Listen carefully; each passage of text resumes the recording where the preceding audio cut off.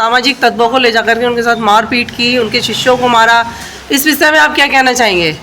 देखिए, वो जिस हमारी जो संस्कृति है, हिंदू संस्कृति, और साधु संत हमारे पूजनीय हैं, जिस चोले में वो हैं वो मेरे छोटे बेटे से भी कम उम्र के व्यक्ति हैं और मेरे छोटे बेटे के साथ उठते बैठते हैं। वो बेटा भी मेरा उनके साथ उठता बैठता है। उनके द्वारा ये आरोप लगाए कि असामाजिक तत्व और के द्वारा उनसे मारपीट की गई। आपको हकीकत बताऊं कि उस दिन मैं अपने घर में था और 9:53 पे मेरे पास फ़ोन आया। मैं पूजा करने बैठ रहा था। ये हमारे पंडित जी खड़े हैं, रांधा भवन के पुजारी हैं, सोम नोटियाल जी। इनका मेरे पे फ़ोन आया कि भैया कहाँ हो? मैंने कहा मैं अपने घर पे हूँ।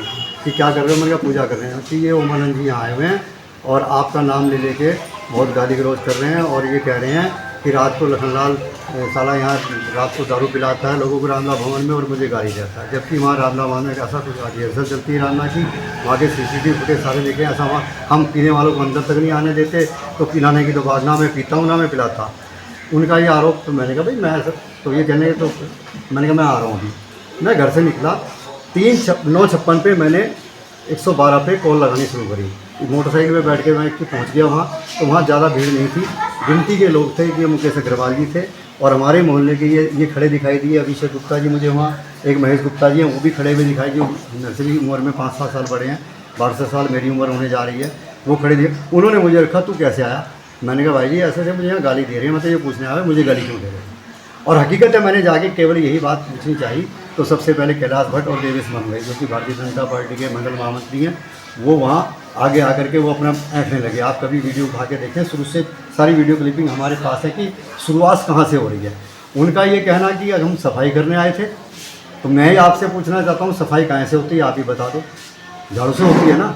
किसी एक हाथ में कोई झाड़ू दिखा दे तो मैं मान जाऊँगा, हम भी मान जाते सफाई करने आए हैं। और सफाई का वहाँ तो रोज़ सफाई होती है, उस सड़क पर रोज़ 2 टाइम झाड़ू लगती है। उसके बाद जब मैं वहाँ पहुँचा तो मैंने उमानंद जी क्योंकि बीच में घुसे हुए थे, वो फूँ फाँ करते घूम रहे थे। जैसे वो मेरे सामने आए, उन्होंने सबसे पहले ये जब आके खड़ा हुआ इसको बड़ी ज़ोर से ऐसे धक्का दिया। आप वीडियो फुटेज पूरी सारी दे सकता हूँ मैं आपको। अब मैंने कहा भाई तुम ये बताओ मुझे गाली क्यों दे रहे हो? उस व्यक्ति ने आते ही छोड़ते ये जो हाथ दिया, मेरा चश्मा टूटा पड़ा, वो चश्मे पे हाथ लगा और यहाँ से डंडी टूटी, वो नीचे गई। देखो जी, फिर अगर मेरे पे, मैं 12 साल का व्यक्ति, वो मेरे लड़के सबसे छोटे लड़के से उम्र का छोटा व्यक्ति संत के चोले में आके अगर मेरे से हाथापाई करेगा तो बर्दाश्त तो हो नहीं सकती। मैंने स्वाभाविक है मैंने हाथ छोड़ा, लेकिन मेरे हाथ में खींच लिया मुझे। सब ये साथी है, इन्होंने सबसे पहले इन्होंने पकड़ लिया कि भाई जी आप ना। मैं कही फिर देखो जी मेरे साथ मेरे ऊपर कोई हाथापाई कर रहा है तो बर्दाश्त तो मैं भी नहीं करूँगा। एक आदमी संत के चोले में आ रहा है, तुम किस लिए? अरे मुझे, मैं यही तो पूछना है, मुझे क्यों गाली दे रहे हो? वो वहाँ बात बढ़ी, धीरे धीरे वो मोहल्ले के लोग इकट्ठे हो गए। उसने क्या करना, फ़ोन, आप हर चीज़ देखो रिकॉर्डिंग की। उसके बाद उसने जो है फ़ोन उठाया और लोगों को बुला रहा, जल्दी आओ लखनलाल मुझे मेरे पे हाथ छोड़ रहा है, फलाना कर रहा है। जो भी उसने लोग आए भी, जो लोग जिनके नाम वो ले रहा वो आए, उन्होंने आए मेरे पैर छुए। मैंने कहा और आ गए बाबू कि हाँ। मैंने कहा कैसे? कि वो मुझे फ़ोन लगा कि मैं तो बच्चों के साथ हूँ। वो झगड़े नहीं ना, उन्होंने कुछ कहा, कह रहा बाबूजी ने। मैंने कहा मेरा झगड़ा थोड़ी है कोई। उस व्यक्ति ने जो करा, उसके बाद मोहल्ले के लोग इकट्ठे होते रहे। वो जिस तरह से बदतमीजी कर रहे थे, ये जो लोग उनके साथ आए थे ये तो किनारे हो गए सारे, और लोगों ने उनको पकड़ लिया। कोई खींच रहा, वो भाग रहे, और लोग फिर हमारे यहाँ से पुलिस को फ़ोन गया। बल्कि सुमित को किसी ने फ़ोन करा, सुमित चौधरी ने वहाँ से फ़ोन किया, पुलिस आई वहाँ। ये सारा घटनाक्रम उन्होंने जानबूझ के एक राजनीतिक रूप किसी, मैं ये नहीं कहता ये गठजोड़ है ना, तो ये देखो भारतीय जनता पार्टी का इसमें कोई मैटर है, ना ही कांग्रेस का कोई मैटर है। ये एक गठजोड़ है उन लोगों का जो लोगों के मकानों पे कब्जे करने का लगातार निरंतर प्रयास कर रहे हैं। मैं आपको बताऊं, ये सारी जड़ जो है कैलाश भट्ट है। कैलाश भट्ट सुमित चौधरी से चुनाव हार गया। जिस दिन से हारा है, ये चूंकि संघ के आदमी हैं तो स्वाभाविक है संघ का व्यक्ति भाजपा का साथ देगा। इन्होंने उसका साथ दिया। इनको बार बार यही कह के प्रताड़ेगा तुमने मेरा साथ नहीं दिया। इनके ऊपर उन्होंने इनकी शिकायतें ये सब लिखित में करी, इनकी कैन वैन की सब लिखित शिकायतें। कभी निगम को, अब निगम की संपत्ति नहीं है वो, तो निगम ने कार्रवाई करी नहीं। उन्होंने आगे कह हमारे तो है नहीं।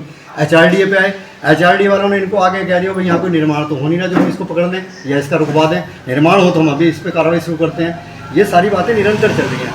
हमारा ये कहना है कि अगर आपको ये गलत लग रहा है, ये अतिक्रमण है, तो आपको विभागीय कार्रवाई करनी चाहिए थी। चाहे दबाव दे के करते, कैसे करते, लेकिन आप आगे किसी का सामान फेंकोगे, कब्जा करने का प्रयास करोगे, वो तो आपका विरोध करेगा ही। ये तो मेरा कहना ये है कि जो उन्होंने आरोप है निरर्थक आरोप है। उन्होंने अपने रिपोर्ट में ये लिखा है कि लखनलाल ने फ़ोन करके हर की पौड़ी से गुंडे बुलवाए। मैं आपको कहता हूँ मेरे उस 9 बज के जो पुलिस कॉल करने के बाद वो लगी नहीं लगी मुझे नहीं पता, मैं भीड़ में घुस गया।